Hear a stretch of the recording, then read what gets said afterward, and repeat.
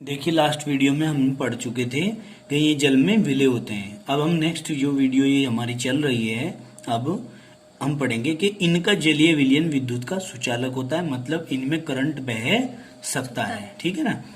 अतः लवण विद्युत अपघट्य होते हैं। ये बहुत इंपॉर्टेंट पॉइंट है कि लवण क्या होते हैं, विद्युत अपघट्य होते हैं। ये आयनिक यौगिक होते हैं। क्या होते हैं? आयनिक यौगिक। विद्युत अपघट्य में पता है कौन होते हैं? विद्युत अपघट्य में पदार्थ होते हैं जिनके जलीय विलयन में विद्युत धारा का प्रवाह हो सकता है। समझ में आई बात? जैसे NaCl, जैसे NH4Cl, क्योंकि इनके ऊपर प्लस और माइनस चार्ज होता है। प्लस और माइनस चार्ज के कारण इलेक्ट्रॉन का फ्लो हो जाता है, और इलेक्ट्रॉन जहां फ्लो हुए तो समझो करंट का बहना स्टार्ट हो गया। ठीक है। अब हम नेक्स्ट टॉपिक पर चलते हैं, हमारे साधारण लवण से प्राप्त रसायन। ठीक, क्या है? केमिकल्स फॉर्म कॉमन साल्ट, मतलब साधारण लवण, या सोडियम क्लोराइड, नमक भी कह सकते हो उसको। भाई सोडियम क्लोराइड नमक होता है, क्या कहेंगे? Sodium chloride NaCl। देखो इसको,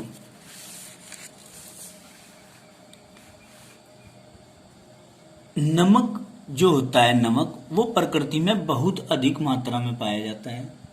प्रकृति के अंदर बहुत अधिक मात्रा में पाया जाता है। इसके तीन मुख्य स्रोत निम्नलिखित हैं। कौन कौन? समुद्री जल, जो सोडियम क्लोराइड का सबसे बड़ा स्रोत है। समुद्र के जल से ही तो NaCl बड़ी मात्रा में प्राप्त होता है। झीलें, जैसे सांबर झील, वहां से भी नमक प्राप्त होता है। लवण की खान से भी हम लवण को प्राप्त कर सकते हैं। तो ये क्या हुए? ये स्रोत हुए। ठीक है ना। कहे के स्रोत? जहां से हम नमक को प्राप्त कर सकते हैं। अब आगे चलते हैं हम। हमने कहा NaCl का निर्माण। NaCl का निर्माण कैसे करेंगे? हम कहेंगे preparation of NaCl, method of preparation of NaCl। तो सबसे पहले प्रयोगशाला विधि पढ़ेंगे। लैब मेथड क्या है हमारा? प्रयोगशाला विधि को अंग्रेजी में क्या कह देंगे? Lab method. इनको भी सीखना चाहिए कि प्रयोगशाला विधि को हम क्या कहते हैं, है ना?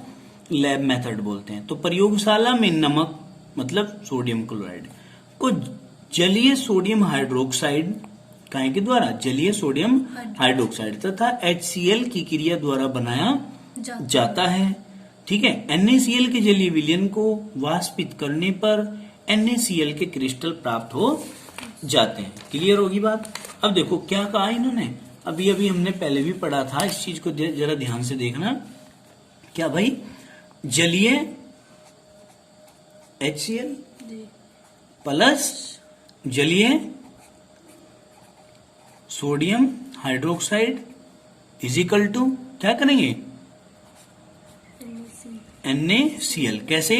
Na के ऊपर प्लस, Cl के ऊपर माइनस, H के ऊपर प्लस, OH के ऊपर माइनस। तो इसका प्लस इसके माइनस वाले के साथ है, और इसका प्लस इसके माइनस वाले के साथ, तो मतलब H2O। तो ये क्या बन गया? ये नमक बन गया। क्लियर होगी बात? इसको उठाइए। ये जो हमने बात अभी पढ़ी थी, ये हमने यहाँ पर रिएक्शन के माध्यम से कर देनी है। फिर हम क्या कहेंगे? समुद्री जल से। लवणीय जल, मतलब समुद्री अथवा झील का जल को खुले खेतों में सूर्य के प्रकाश में वाष्पन के लिए छोड़ दिया जाता है। ठीक है। क्या करते हैं? छोटे छोटे, जैसे खेत में क्यारी बनाते हैं ना, इस प्रकार से क्यारियां बनाते हैं और बना करके इसको छोड़ देते हैं। तो हम क्या कहेंगे कि समुद्री जल से हम पढ़ रहे हैं, हमने कहना है कि लवणीय जल समुद्री जल अथवा झील के जल को खुले खेतों में सूर्य के प्रकाश में वाष्पन के लिए छोड़ दिया जाता है, जहां जल वाष्पित होकर उड़ जाता है। जल क्या होगा? यहाँ पर वाष्पित हो जाएगा और उड़ जाएगी, तथा अशुद्ध ठोस NaCl शेष रह जाता है। जो अशुद्ध ठोस है वो शेष रह जाएगा। समुद्री जल से प्राप्त अशुद्ध NaCl में मुख्य अशुद्धियां Na प्लस Mg+2 लिखना पड़ेगा, +2 के सल्फेट तथा Ca+2 या Mg+2 के क्लोराइडों की भी होती है। यानी कि मैग्नीशियम के सल्फेट और कैल्शियम के क्लोराइड, मैग्नीशियम के क्लोराइड आदि अशुद्धि के रूप में इसके अंदर मिले हुए होते हैं। ठीक है ना। फिर क्या कहा? ये क्लोराइड नमक को प्रस्वेद बनाते हैं। क्या बनाते हैं? प्रस्वेद बनाते हैं नमक को। मतलब प्रस्वेद पदार्थ कौन से होते हैं? वे पदार्थ जो वातावरण की नमी को लेकर ठीक है, वातावरण की नमी को लेकर विलयन बना लेते हैं, नमी को सोख लेते हैं और जलीय विलयन बना लेते हैं। तो नमक को अगर हम ओस में रख देंगे तो नमक क्या करेगा, वातावरण की नमी को सोख लेगा कि नहीं। सुबह को उस पर हाथ लगाएंगे तो पानी पानी सा दिखेगा, वो समझ गए। तो वे ऐसे पदार्थ होते हैं, क्या ऐसे पदार्थ होते हैं, प्रस्वेद्ध पदार्थ। नमक का शोधन परभाजी क्रिस्टलीकरण द्वारा किया जाता है। काहे के द्वारा, परभाजी क्रिस्टलीकरण के द्वारा किया जाता है। अब देखो यहां ध्यान से, NaCl के गुण तथा उपयोग, क्या क्या गुण हैं और क्या क्या इसके उपयोग हैं। हम कहेंगे NaCl के बारे में बात कर रहे हैं, यानी कि we are talking about NaCl मतलब साल्ट के बारे में बात कर रहे हैं। यह है सफेद क्रिस्टलीय ठोस होता है। इसका गलनांक 1073 केल्विन होता है, जो कि जल में विलय है। कौन है जल में विलय, नमक। यह भोजन का अवयव होता है, मतलब भोजन, ऐसा कोई भोजन नहीं जिसमें नमक ना डलता हो, ठीक है ना। हलवे में तो डलता नहीं, जो मीठी चीजें हैं उनमें नहीं डलता, बाकी सब में डलता है, ठीक है। तथा हमारे शरीर के लिए आवश्यक है, जरूरी भी है शरीर के लिए। मांस, मछली, अचार आदि के परिरक्षण के लिए भी प्रयोग किया जाता है, मतलब आदि को परिरक्षण होता है सड़ने से बचाने के लिए। परिरक्षण क्या होता है, किसी भी चीज को सड़ने से बचाने के लिए भी इसका प्रयोग किया जाता है। अब नेक्स्ट चलते हैं आगे, हमने क्या करना है, पेज नंबर 28 पर देखो पीडीएफ के लेसन नंबर 2 के। ठंडे प्रदेशों में बर्फ को पिघलाने के लिए हिम मिश्रण के रूप में प्रयोग किया जाता है। जब तुमने देखा होगा ठंडे जो देश हैं, है ना, जो ठंडी कंट्रियां हैं, वहां पर क्या करते हैं, सड़कों पर बर्फ जम जाती है, तो उस बर्फ को खत्म करने के लिए उन सड़कों पर नमक का छिड़काव किया जाता है। नमक के डले छोड़ देते हैं तो बर्फ पिघलनी शुरू हो जाती है और फिर उसको आसानी से वहां से हटा लेते हैं। साबुन बनाने में भी नमक का प्रयोग किया जाता है। समझ में आ गई बात। अब आगे चलते हैं। अब नमक खत्म हो गया हमारा, अब आता है सोडियम हाइड्रोक्साइड टॉपिक पर। किस पर, सोडियम हाइड्रोक्साइड। सोडियम हाइड्रोक्साइड का मतलब क्या है, सोडियम हाइड्रोक्साइड होता है NaOH। इसको हम कास्टिक सोडा के नाम से भी जानते हैं, काहे कि कास्टिक सोडा के नाम से। देखो, सोडियम क्लोराइड NaCl के सांद्र ठंडे जलीय विलयन, जिसे ब्राइन कहते हैं। NaCl का जो सांद्र ठंडा विलयन होता है उसको क्या कहते हैं, ब्राइन। 11वीं क्लास में आएगा, ब्राइन विलियन लेते हैं, ब्राइन विलियन लेते हैं, ऐसे पढ़ने को मिलेगा बार बार 11वीं में।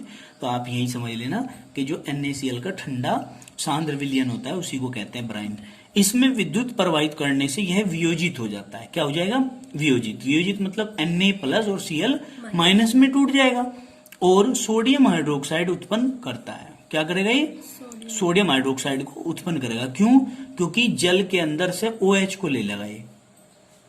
समझिए भाई, टूट गया Na+ और Cl- में, लेकिन जल के अंदर भी तो H+ और OH- है, तो Na उन OH- को लेकर के NaOH बना लेगा। समझ में आई बात। तो हम कहेंगे इस क्रिया को क्लोर अक्षार क्रिया कहते हैं। क्या कहते हैं इसको, क्लोर अक्षार क्रिया। हाँ, इस नाम को याद रखना, इस क्रिया को हम कहते हैं क्लोर अक्षार क्रिया विधि। ठीक, क्योंकि इससे बने उत्पाद क्लोर मतलब क्लोरीन और अक्षार मतलब सोडियम हाइड्रोक्साइड होते हैं, तो इसलिए हमने नाम लिख दिया क्लोर अक्षार, क्योंकि इस क्रिया विधि में हमें क्लोरीन भी प्राप्त हुई है और अक्षार भी प्राप्त हुए हैं। ठीक है ना। फिर हम कहेंगे विद्युत अपघटन करने पर हाइड्रोजन कैथोड पर, हाइड्रोजन जो होती है वो किस पर, कैथोड पर, क्लोरीन एनोड पर तथा NaOH विलयन कैथोड के पास प्राप्त होता है। ये सभी उत्पाद औद्योगिक दृष्टि से अति महत्वपूर्ण हैं। ये सारे के सारे उत्पाद क्या हैं भाई, औद्योगिक दृष्टि से अति महत्वपूर्ण है। बताओ जरा, इतनी बात समझ में आई क्या, कोई दिक्कत तो नहीं है। अब आगे चलते हैं, H2 के उपयोग। कुछ चीजें हैं उनके उपयोग पढ़ लो, छोटे छोटे से टॉपिक हैं भाई। हाइड्रोजन के उपयोग क्या है, द्रव हाइड्रोजन का उपयोग ईंधन के रूप में किया जाता है। अलग से पूछे जाएंगे ये क्वेश्चन, द्रव हाइड्रोजन का उपयोग क्या में किया जाता है भाई, ईंधन के रूप में। दूसरा, मेथिल एल्कोहल यानी कि CH3OH, अमोनिया तथा हाइड्रोक्लोरिक अम्ल बनाने में भी प्रयोग किया जाता है। तीसरा क्या है हाइड्रोजन का, तेलों के हाइड्रोजनीकरण द्वारा वनस्पति घी या मार्गरीन बनाने में भी इसका प्रयोग किया जाता है। समझ गए? तेलों के हाइड्रोजनीकरण द्वारा वनस्पति घी या मार्गरीन बनाने में भी इसका प्रयोग किया जाता है। अब Cl2 के उपयोग देखिए, क्लोरीन के उपयोग क्या है? क्लोरीन का उपयोग पीने के जल, स्विमिंग पूल के जल को साफ करने में किया जाता है। आपने देखा होगा जो नगरों की टंकियां होती हैं उनमें एक अलग ही टाइप की स्मेल आती है पानी में। उसके नगरों की जो जल की टंकियां होती है ना उनमें अलग ही स्मेल सी आती है ना, एक वो होती है क्लोरीन की गोलियों की, क्योंकि उसके अंदर टंकी के क्लोरीन की गोलियों के पैकेट खोल दिए जाते हैं। वो जल को सड़ने नहीं देते, जो कीड़े होते हैं उसके अंदर उनको नष्ट कर देते हैं। ठीक है, कोई दिक्कत तो नहीं है। प्लास्टिक जैसे पॉलीविनाइल क्लोराइड यानी कि पीवीसी बनाने में भी इसका प्रयोग किया जाता है। किसका? क्लोरीन का। नेक्स्ट आगे चलते हैं, क्या कहा है इन्होंने? विरंजक चूर्ण, विरंजक चूर्ण CaOCl2, इसका फॉर्मूला लिख दीजिए CaOCl2। रोगाणुनाशक, कीटाणुनाशक, पेंट, डाई आदि बनाने में इसका प्रयोग किया जाता है। समझ गए? फिर कहा क्लोरोफ्लोरोकार्बन्स जैसे CF2Cl2, CFCl2 आदि बनाने में भी इसका प्रयोग किया जाता है। किसका? क्लोरीन का। क्लोरोफार्म मतलब CHCl3, कार्बन टेट्राक्लोराइड CCl4, ये फॉर्मूले हैं इनके सबके, आदि के निर्माण में भी इसका प्रयोग किया जाता है। अब हम पढ़ेंगे NaOH के उपयोग। किसके?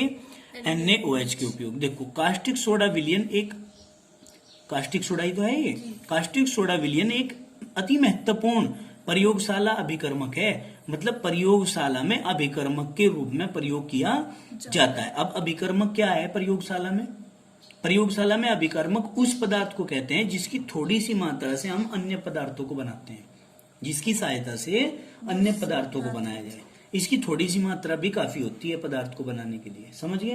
तो हमने कहा अभिकर्मक के रूप में प्रयोग किया जाता है, जो गुणात्मक तथा मात्रात्मक विश्लेषण में प्रयोग होता है। भाई गुणात्मक रूप में भी और मात्रात्मक। गुणात्मक मतलब कितने गुणा है और मात्रात्मक मतलब कितनी मात्रा है, इस चीज की जानकारी प्राप्त करने में भी इसका प्रयोग किया जाता है। अब हमने कहा इसका उपयोग साबुन व अपमार्जक बनाने में भी किया जाता है।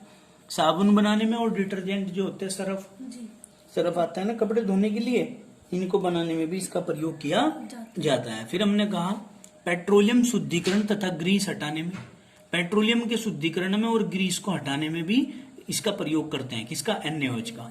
यह कागज और रेशम उद्योग में भी प्रयोग होता है। काय में? कागज और रेशम उद्योग में भी ये प्रयोग होता है। फिर हमने कहा कृत्रिम फाइबर में एल्यूमिनियम का एक अयस्क भी है। ये काय का?